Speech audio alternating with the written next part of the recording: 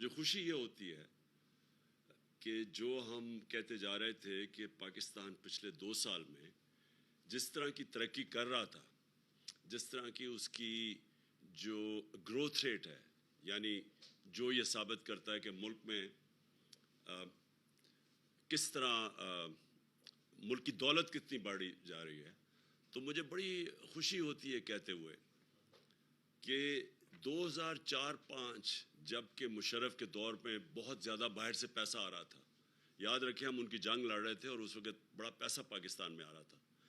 یہ اس دور سب سے 2 سال وہ گزرے ہیں جب سب سے زیادہ ترقی ہوئی ہے. تو ہماری اکنامک سروے کہتی ہے کہ 5.74 ہمارے تیسرے سال میں اکنامک ہماری جو جی ڈی پی ہے، جو سالانہ دولت ہے، اس میں اضافہ ہوا، اور یہ آخری سال 5.97 پہ ہماری دولت میں اضافہ ہوا. پھر سے میں یہ کہہ دوں، یہ 2004-05 کے بعد سب سے وہ 2 ایسے سال ہیں جدھر سب سے زیادہ ہماری آمدنی میں اضافہ ہوا ہے، ہمارے آخری 2 سال. دوسری چیز یہ بڑی آپ کے لیے کہ ملک ترقی کیسے کرتا ہے. ملک ترقی تب کرتا ہے جب اس کے پاس پیسہ آتا ہے، جب اس کے پاس پیسہ آتا ہے خرچ کرنے کے لیے.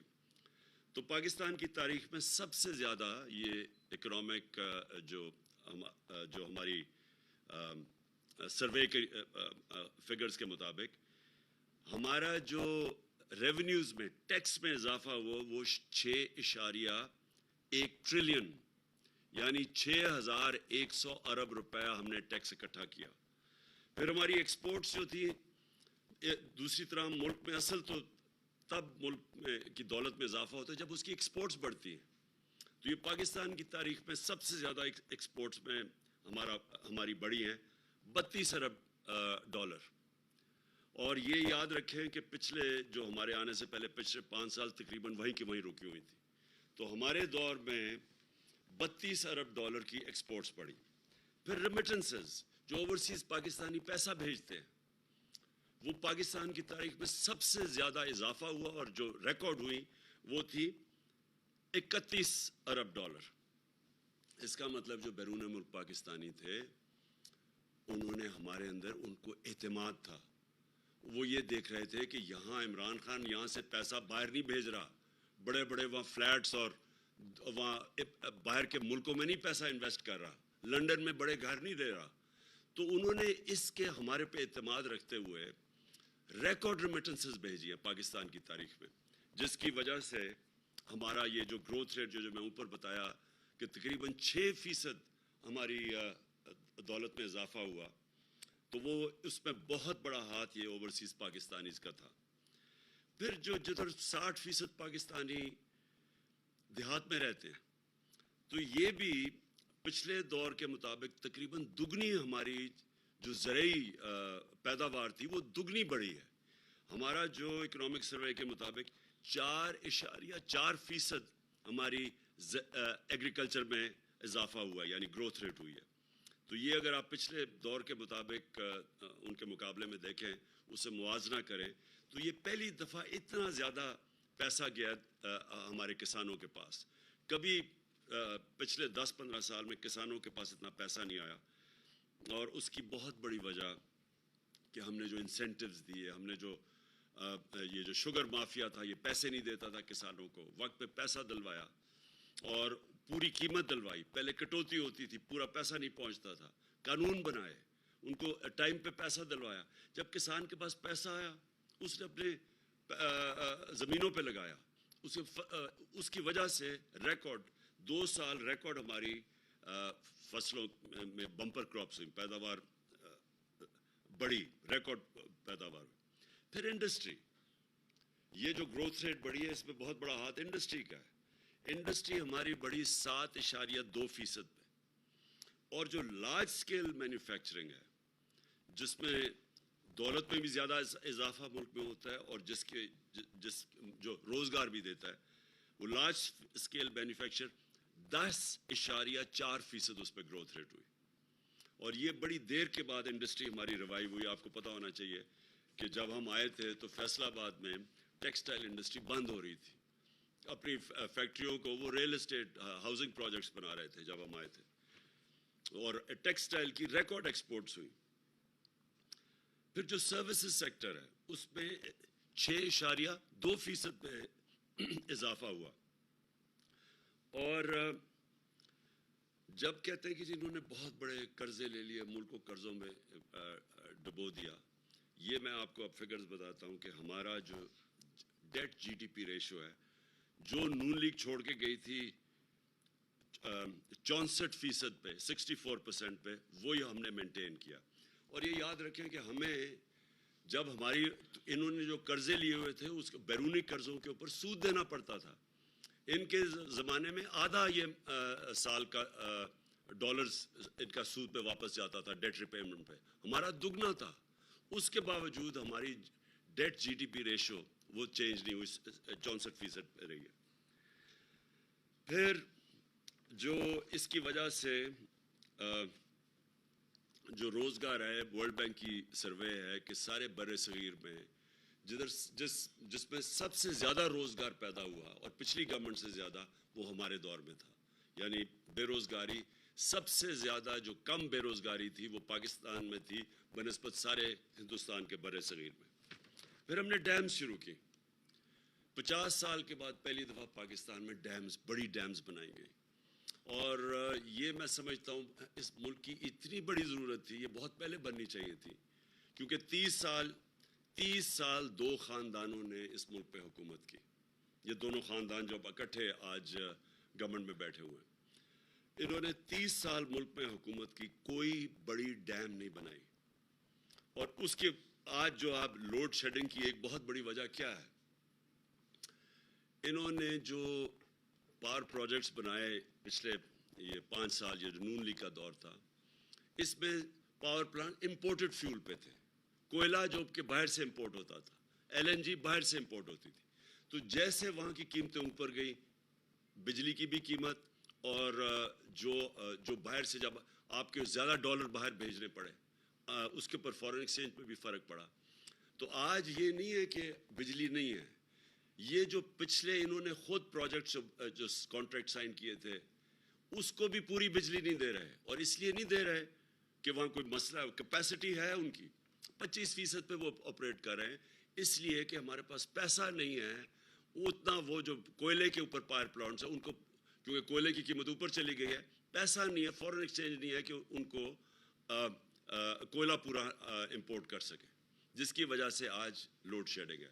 تو ڈیمز، پانی کے اوپر بجلی بنتی ہے، کوئی ہمیں فرق نہیں پڑتا باہر مہنگائی ہو یا نہ ہو، یہ پہلے ڈیمز بننی چاہیے تھی. تو اس ہمارے دور میں جو ہم نے 10 ڈیم کے پروجیکٹس، اس میں 3 بڑی ڈیمز ہیں، مجھے بڑے افسوس سے آج کہنا پڑتا ہے کہ وابڈا جو باہر سے، جس کی ریٹنگ ایسی تھی کہ باہر سے اس کو کریڈٹ ملتا تھا، آج انٹرنیشنل اس کی جو کریڈٹ ریٹنگ ہے وہ نیچے چلی گئی ہے جب سے یہ حکومت آئی ہے. اور نیچے جانے کا مطلب یہ کہ اب یہ پیسہ جو چاہیے ڈیمز کے لیے، جو باہر سے قرضے چاہیے جو مل رہے تھے وابڈا کی ریٹنگ کی وجہ سے، سوورن گارنٹی کے باوجود وہ اس کو جو قرضے دے رہے تھے، وہ اب ہماری ڈاؤن گریڈ ہو گیا. اور ہمارا جو سارا ڈیمز کا پروجیکٹ ہے وہ اب خطرے میں چلا گیا، کیونکہ پیسہ چاہیے بنانے کے لیے، فارن ایکسچینج ہمارے پاس ہے نہیں، گورنمنٹ کی خود ریٹنگ نیچے چلی گئی ہے، موڈیز نے پاکستان کی کریڈٹ ریٹنگ نیچے لے گئے ہیں. نیچے لے جانے کا مطلب یہ کہ اب ہمیں مشکل سے کوئی بھی قرضہ دے گا، اور قرضہ دے گا تو بہت بڑے سود لے گا، بڑا مہنگا قرضہ ملے گا. تو جب سے یہ آئے ہیں 2 اور خطرے ہو گئے ہیں پاکستان کو. ایک تو ہمارے لیے مشکل ہو گیا ہے باہر سے قرضے لینا، لیکن خاص طور پہ جو وابڈا کی کریڈٹ ریٹنگ نیچے گئی ہے، یہ ہماری ڈیمز، جس میں 2، ایک تو سستی بجلی اور اپنے پانی کے اوپر بنانے والی بجلی، اور دوسرا جو پانی کی سٹوریج ہے جس کی سخت ضرورت ہے اس ملک کو. آج پانی کی قلت ہے، آج کسانوں سے پوچھے تو یہ اگر پروجیکٹس، ان کی وجہ سے دگنی ہو جانی تھی ہماری پانی کی کیپیسٹی، ریزروائرز کی کیپیسٹی. اور اب یہ ایک پروجیکٹ ہے جو جب سے ہی آئے خطرے پہ چلا گیا.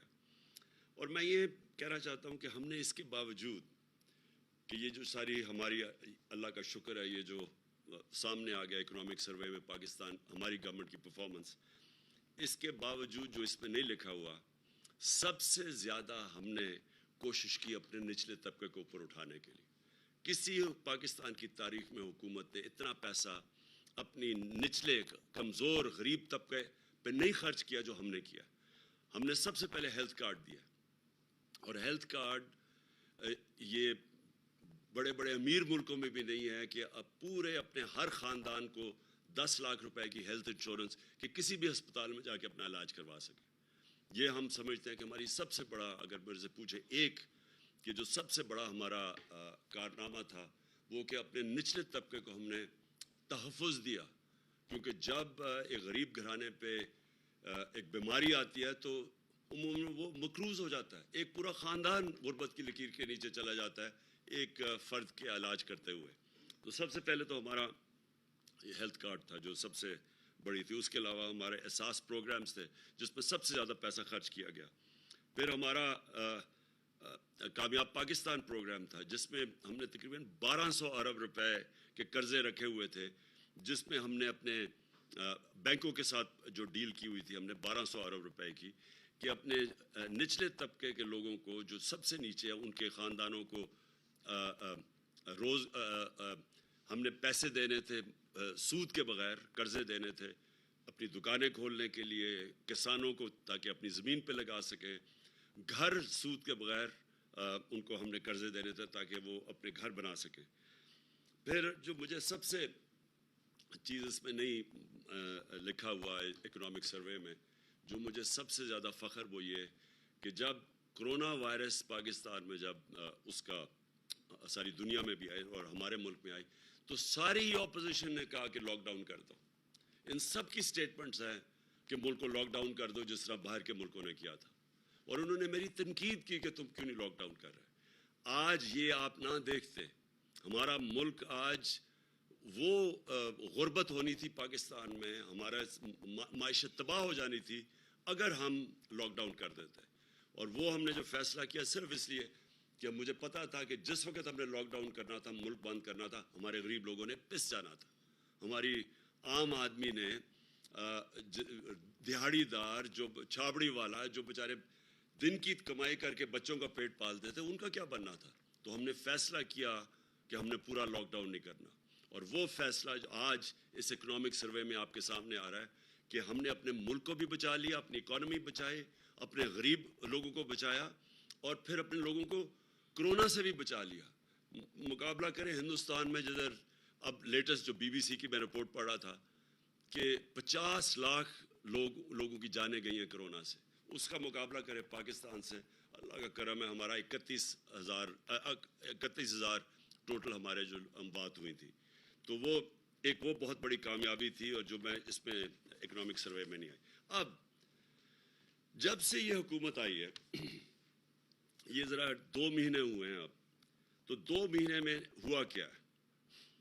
سب سے پہلے تو ساری تنقید ہمارے اوپر ہوئی 3.5 سال میں کہ جی انہوں نے مہنگائی کر دی، لوگوں کا معاشی قتل کر دیا مہنگائی کر کے، مہنگائی مارچ بھی کر دی کہ جی مہنگائی مارچ کر کے گورنمنٹ گراؤ، لوگوں کا بہت برا حال ہے.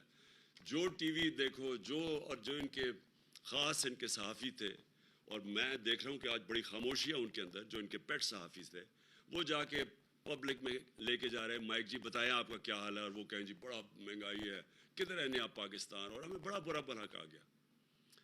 تو جب یہ آئے تھے تو بڑی انہوں نے سازش اتنی بڑی کی، ملک میں کسی طرح اس گورنمنٹ کو گرایا جائے، تباہ کر رہی ہے.